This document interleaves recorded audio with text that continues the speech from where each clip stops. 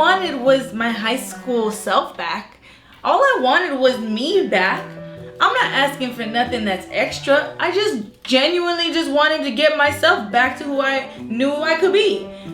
I wasn't like, doctor, fix me and turn me into somebody else. Bring me back to me. I need help. Doc, help me. Thank you so much for taking me on today. Really appreciate you. You've changed my life. I just wanted to ask you a couple questions for clarification about PCOS and what it is and how we can really start to really tackle it and continue to tackle it. So first question, what is PCOS?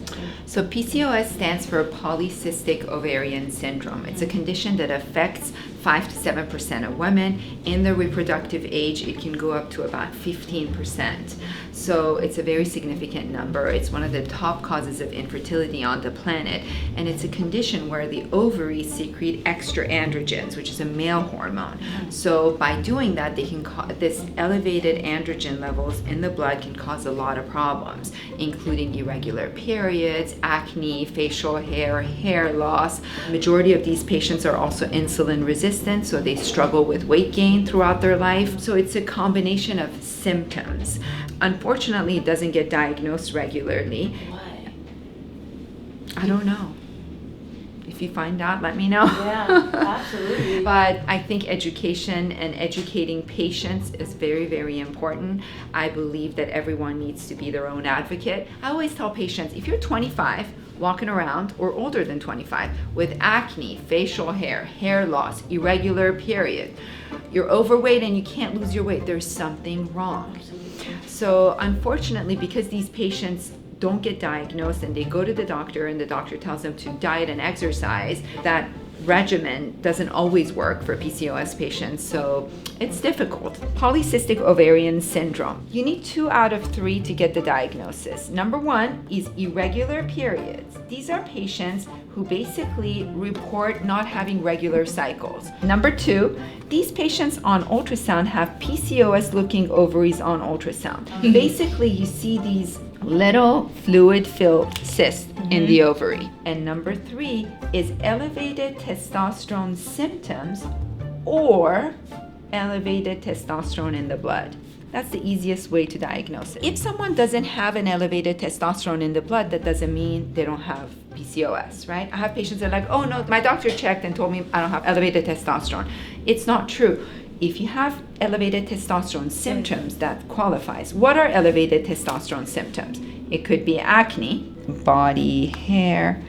It could be hair loss, male pattern hair loss. It's usually right up front. Generally speaking, when I see a patient, 2 out of 3, you can diagnose these patients, right? And that usually obviously would come from, like you said, would it just come from an OBGYN? It should come from an OBGYN or an endocrinologist or a primary care, but unfortunately it's not, patients are not getting diagnosed. So if you understand it as a patient, and for anyone listening to this video, it's very easy, it's self-explanatory. Yeah. So weight gain is always an issue with them. They're always yo-yoing with their weight, they're doing different diets, and almost always they fail.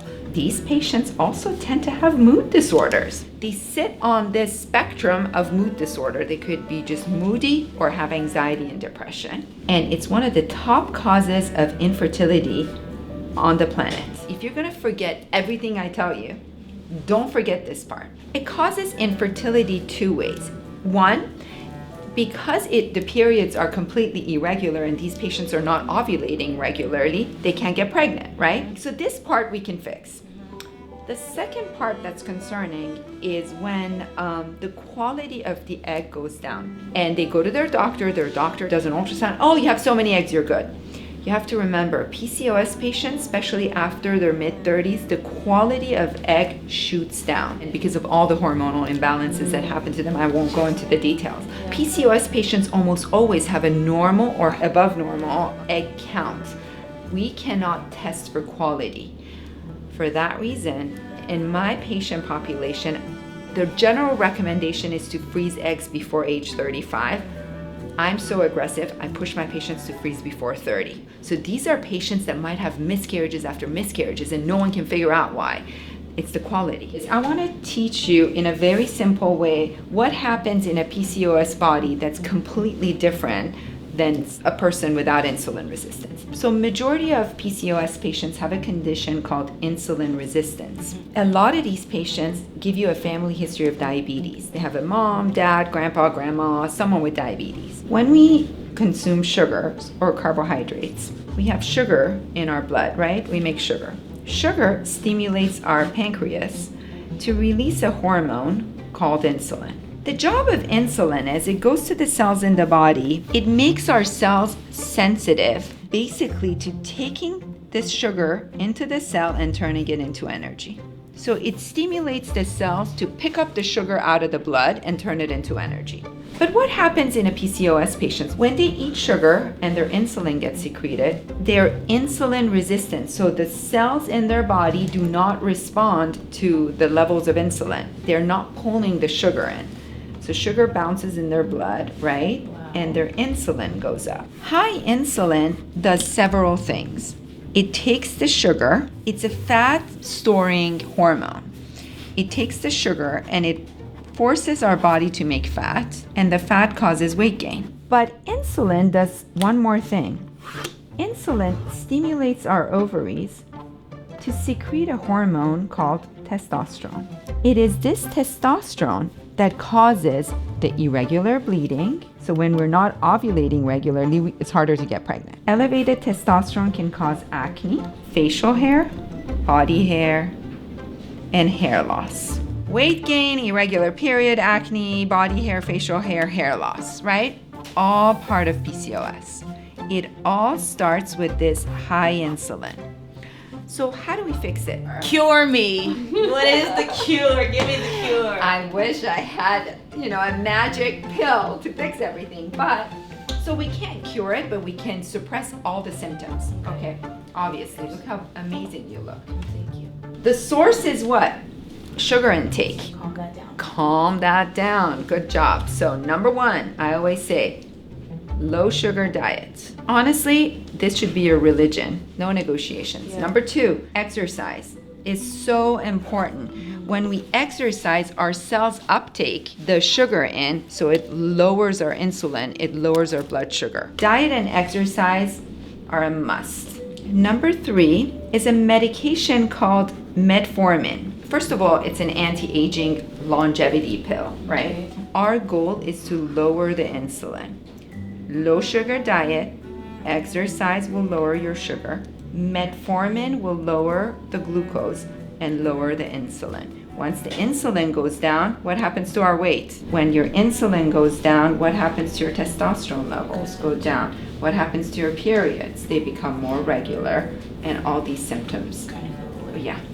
Sometimes for patients who want to lose 30 pounds, 40 pounds, 60 pounds, 100 pounds, there are injections available. There's Saxenda, there's Trulicity, there's Victoza, there's Wegovy, Ozempic. These injections, they shut down our appetite. By lowering someone's appetite, they start losing weight. So all of this falls into place. Unlike you, a lot of patients with PCOS have a lot of hair loss, a lot of acne, a lot of facial hair, their periods are all over the place.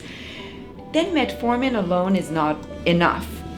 When you put these patients on combination birth control pills stimulate this protein in the blood that grabs onto the free testosterone levels, lower the testosterone, and these symptoms resolve. The birth control pill is only helping the testosterone levels. The metformin helps the sugar and the insulin resistance. So together they help resolve all the symptoms. Does it make sense? It does. This is a great chart because there's a way to This is my chart, by the way. It's her chart, and this is my chart. I'm gonna patent this chart one day. This is her chart. This is the chart that got me through till today. So the reason it's important, let me add one more medication because a lot of PCOS patients end up with this other medication. Which one? It's called spironolactone or ALDACTONE. A lot of patients with acne, hair loss, facial hair, they get prescribed spironolactone. Spironolactone works as an anti-testosterone at the level of the skin. I use it mostly for hair loss and acne. So a combination of diet, exercise, metformin, birth control pill, spironolactone, or these injections for weight loss, it will resolve almost every single symptom. And that really just depends on what you're going through, and Every each woman patient is is different, right? This is the most basic way of describing polycystic ovarian syndrome. It's a mess of a chart, but I can probably give you a nicer one. No, I love it so much. It makes complete sense, and the way that you just broke it down for me, it makes absolute sense. And I just want to thank you for your time, and thank you for breaking it down. And it's very important, you guys, to get tested by a doctor that you trust, or I'm gonna put all the information below with her information. She's located in Beverly Hills. It's the cleanest place I've ever been to, and it's the most trustworthy place I've ever been to. So I would just advise you either go to your local doctor or just come here and just get help. But every person is different, and clearly there's different ways to bring it down, and so that everybody feels like a normal person again. I'm so proud of you. I see PCOS patients all day long, but to use your voice and your platform to educate, it's amazing. I bow down to people like you. I really do. And I'm thankful. Like, I didn't even know that this thing existed. See how common it is? Broke it down. Yeah, it's so common. And everybody that has been writing to me in the comments and asking me questions, they're like, I think I have this, and no doctor is telling them that it even exists. They're like, they just put me on birth control, or they're just like, go work out and figure it out. I had a patient, she had an eating disorder a few years ago. She's a young girl. It broke my heart because I understand the frustration. PCOS patients get frustrated. They diet, they exercise just like their other friend. They go to the gym with the friend, they eat half of what the other friend is eating, but then they don't see results. Absolutely. And it also, what frustrated me too with PCOS was like, I know that there's way bigger problems in the world. Why is like my weight even really I'm feeling like it's not, my body's not working, but I just didn't know how to articulate it, and it probably even got more frustrating, and the anxiety probably built more. So I understand what you're saying when you say your patients come in and they're frustrated, because it could be, it's like a vain, conversation of like, I just want to feel like myself, I want to feel healthy, and I want to lose weight. But losing weight in the grand scheme of things just doesn't seem like it's such a big deal, but it really is. I feel like women need to feel comfortable in their skin. It's not only about the weight, it's how you feel. Yes. PCOS patients don't feel well. Yes. And when you fix their hormones, they come back, they're like, I have so much more energy, I'm not sluggish, I'm not tired anymore, I get up, I feel better, my confidence is better. Yes, and that it's human nature, yes. And there's nothing wrong with that. Right. It needs to be fixed. This is not okay. It's a vicious cycle that continues. The weight keeps going up. I mean, hair loss, I think it's very important. I don't want to lose my hair. When I got breast cancer and all with going through the surgery and taking all the medications, I was losing a lot of hair. I didn't like it. I went to all sorts of doctors to get help for my hair. I mean, if it's something we can fix, why not do it? Thank you so much for your time. I am so happy we got to come here and sitting here and explaining everything. You guys, this is Dr. Thaïs Alibabadi. She's the best. Make sure you guys come over and visit her. And thank you again. If you want to learn more, make sure you stay tuned for the next episode. On the next episode of Living with PCOS, we're going to break down my exact routine that's gotten me down to my desired weight. Also, I'm going to share some exclusive behind-the-scenes footage that wasn't meant to be seen by anyone.